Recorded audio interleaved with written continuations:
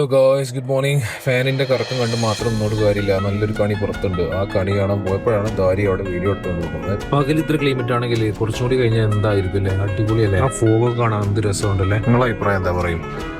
അടുത്ത് സ്വിമ്മിംഗ് പൂളിലേക്ക് ചാടാനുള്ള പരിപാടിയിലാണ്. ദാരിക്ക് ചാടണമെന്നുണ്ട്, പക്ഷേ ഒരു തണുപ്പ് പ്രതീക്ഷയോട് ദാരി ചാടാണെന്ന് നിൽക്കുകയാണ്. പിന്നെ ചാടി, പിന്നെ അതിന്റെ ബാക്കിൽ ഓരോരുത്തരായിട്ട് ചാടി. മുസ്തഫയുടെ ചാട്ടം കാണാൻ അടിപൊളിയൊക്കെ കണ്ടുപോട്ടോ. അങ്ങനെ ചാടി കുറച്ചു നേരം നിന്ന് സ്വിമ്മിംഗ് പൂളിന്റെ ആ ഭംഗിയും അതിന്റെ ബാക്ക്ഗ്രൗണ്ട് ഒക്കെ ഇങ്ങനെ ആസ്വദിച്ച് കുറച്ചു നേരം നിന്ന്. നല്ല കാറ്റുണ്ട്, തണുപ്പുണ്ട്, മുസ്തഫ നല്ല വരയ്ക്കുന്നുണ്ട്.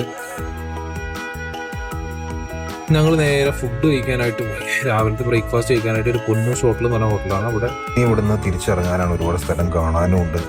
അങ്ങനെ ഞങ്ങൾ പോകാനുള്ള പുറപ്പാടാണ്. ഇനിയാണ് കാണാനുള്ള ഒരുപാട്. ആൻഡ് ഫൈനലി ഞങ്ങൾ അവിടെ എത്തി. ഇനി അവിടുന്ന് നടന്നു പോകാനുള്ള ദൂരമാണ് കേട്ടോ. നടന്നു പോകാൻ പറ്റും. പോകുന്ന വഴിയിലെ ആ പച്ച വിരിച്ച് രണ്ട് സൈഡിൽ പച്ച വിരിച്ച പുല്ല്, ആ കാഴ്ചയുടെ മനോഹാരിത, വൈബ് എന്നെല്ലാം പറഞ്ഞാൽ ഇതാണ് മക്കളൊക്കെ. ദാരിക്കും വൈസിക്കും അതേപോലെ മുസ്തഫാക്കൊന്നും വീഡിയോയിൽ പോസ്റ്റ് ചെയ്യാൻ നേരം കിട്ടുന്നില്ല. അത്രയും തിരക്കിട്ട കാഴ്ചയിലാണ് അവര്. നമ്മുടെ നേച്ചർ എത്രത്തോളം ബ്യൂട്ടിഫുൾ ആണെന്ന് ആദ്യമായിട്ടാണ് എക്സ്പീരിയൻസ് ചെയ്യുന്നത് കേട്ടോ. ഇവിടെ വന്നപ്പോഴാണ് മുസ്തഫ പറയുന്നത് അടുത്തൊരു നല്ലൊരു സ്പോട്ട് ഉണ്ട്, ചെമ്പൻ ചോല എന്നാണ് പേര് പറഞ്ഞത്. So let's go for the Chemban Chola. So ഇനി ഇതുപോലുള്ള വീഡിയോസ് ഉണ്ടാക്കാൻ നിങ്ങളുടെ സപ്പോർട്ട് തീർച്ചയായും ആവശ്യമാണ്. So till then bye by.